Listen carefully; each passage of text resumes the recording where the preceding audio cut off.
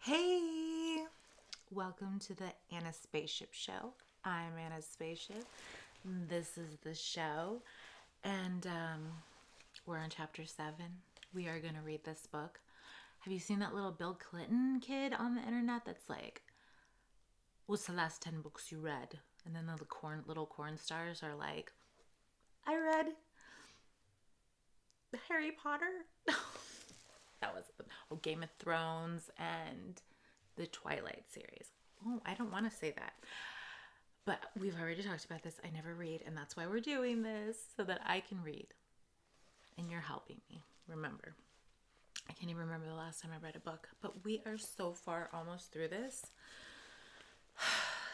Let's go.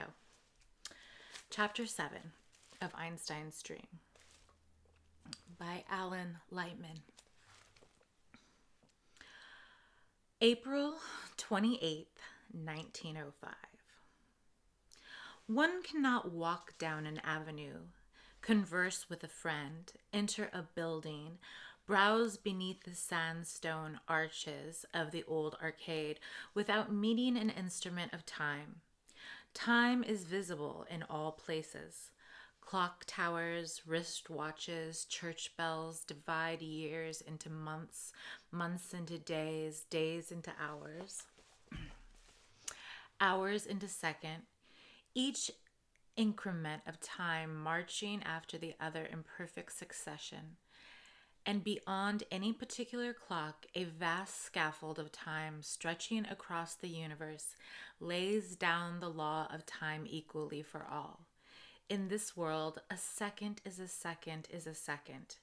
Time paces forward with exquisite regularity at precisely the same velocity in every corner of space.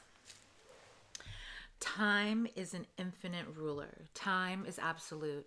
Every afternoon, the townspeople of Bernay convene in the West End of Cramgrass. There at 4 minutes to 3, the Zunkelglopper turn. I'm telling you, these words, these are German places, and it's not nice to me.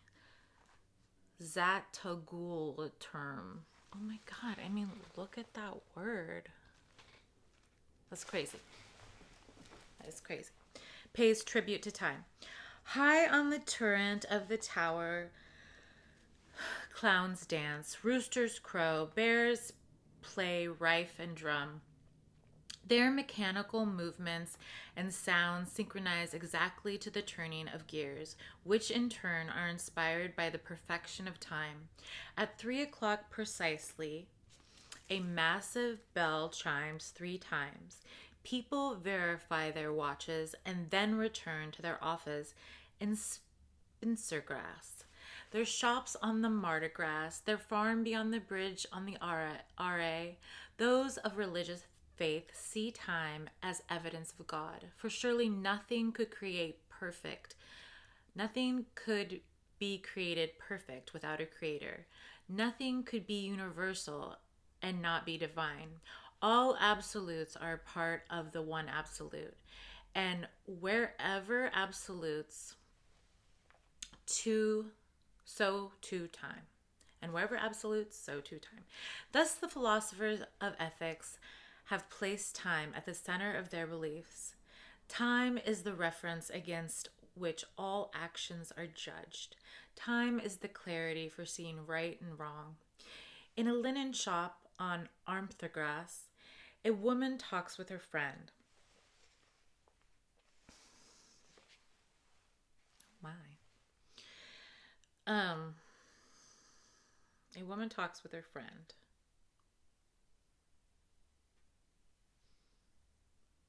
My boobs are really distracting me. Are they distracting you? Because they're really distracting me. What are you looking at? Okay. For those of religious faith, see time as evidence of God. For surely nothing could be created perfect without a creator. Nothing could be universal and not be divine. All absolutes are part of the one absolute. And wherever absolutes, so too time. Thus, the philosopher of ethics have placed time at the center of their beliefs. Time is the reference against which all actions are judged. Time is the clarity for seeing right and wrong. In a linen shop on Arm the Grass, a woman talks with her friends. She has just lost her job. For 20 years, she worked as a clerk in the Bundesstraße, recording debates. She has supported her family, now with a daughter still in school and a husband who spends 2 hours each morning on the toilet. She has been fired. Her administrator, a heavily oiled and grotesque lady, came in one morning and told her to clear out her desk by the following day. The friend in the shop listened quietly, neatly folds the tablecloth she has purchased, picks lint off the sweater of the woman who has just lost her job. The two friends agree to meet for tea at 10 o'clock the next morning. 10 o'clock. 17 hours and 53 minutes from this moment. The woman who has just lost her job smiles for the first time in days. In her mind, she imagines the clock on the wall in her kitchen, ticking off each second between now and tomorrow at 10, without interruptions, without consultation, and a similar clock in the home of her friends, synchronized. At 20 minutes to 10 tomorrow morning, the woman will put on her scarf and her gloves and her coat and walk down Skifflelad, past the Nygade Bridge and on to the tea shop on Portergrass. Across town at 15 minutes before 10, her friend will leave her own house on Zagwagrass and make her way to the same place. At 10 o'clock, they will meet. They will meet at 10 o'clock. A world in which time is absolute, in a world of consolation. In a world in which time is absolute, a world in which time is absolute is a world of consolation. For while the movement of people are unpredictable, the movement of time is predictable. While people can be doubted, time cannot be doubted. While people brood, time skips ahead without looking back.